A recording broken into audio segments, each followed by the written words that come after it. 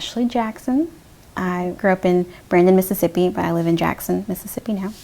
I was seeing a woman when I was 21. She was a good bit older than me. But, you know, I was telling myself, I'm not really gay. I just like her as a person.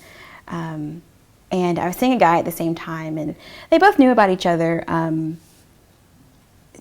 But I was kind of going through the motions with him, obviously, and I really cared for her, but it was a very unhealthy relationship. On my birthday, which is Christmas Eve, I had been out with friends, and they were buying me shots, and it was great. And the girl I was seeing came to one of the bars I was at, and she's like, "Oh, I'm going to take you to go see a friend. It's going to be great." And I was like, "Oh, I'm really close to home. I've been drinking a lot. I should just go home." And she was like, "No," and she convinced me, and so I went with her. And we ended up having a huge argument because she was upset that I was seeing the guy, and I ended up attempting to drive myself home, which I should not have done. You know, I was like, you know, yeah, people get in accidents, they have DUIs, whatever. That's not going to happen to me. That only happens to those other people that are complete idiots, and, you know, that won't happen. I passed out driving on the interstate.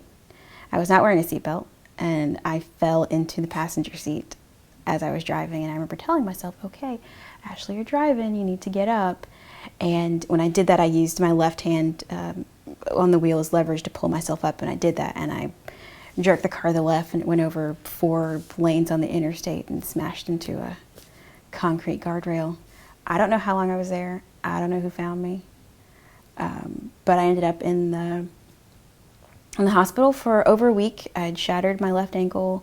I had 50 plus stitches in my face, and I had to move back in with my mom.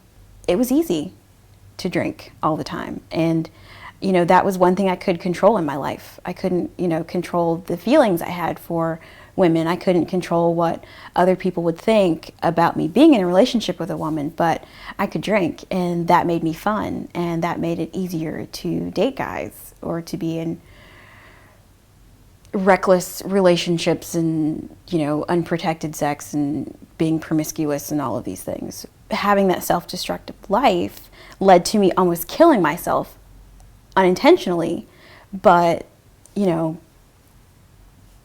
driving on an interstate at 70 miles per hour, no seatbelt, and flying across 4 lanes and not hitting anyone else and surviving. If that's not a wake-up call, I don't know what is.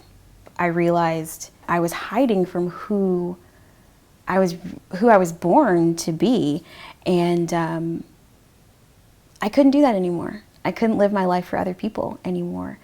And I told myself, okay, you're gay.